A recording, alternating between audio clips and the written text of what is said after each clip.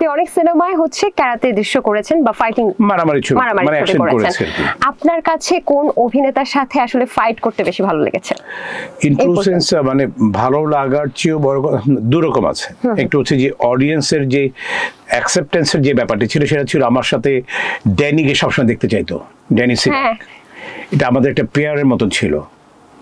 It was great, বলবো যে ও আমার এবং ড্যানি ছবি মানেই আমার দুজনের কোনো ছবি একটি ছবিও মানে আছে না এভারেজ যাওয়া বা নর্মাল হিট, সব ছবি বলবো যে সুপার ডুপার হিট ছবি।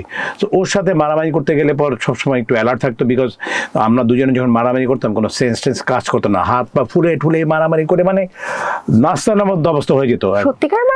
একদম রিয়েল কিকিং, রিয়েল পাঞ্চিং, মানে হাত পা মানে সুস্থ থাকতো। এমন হতো না যে ডনি সিডাক আপনাকে জোরে ঘুষি দিল, যেটা সিনেই ছিল না? হ্যাঁ, সে ওই ডেনি কদিন একটা ইন্টারভিউ দিয়েছে, আমি একটা কিক মেরেছি আঙ্গুল থেকে করতে যে ওরা আঙ্গুল একদম ভেঙে উল্টে গেছিল।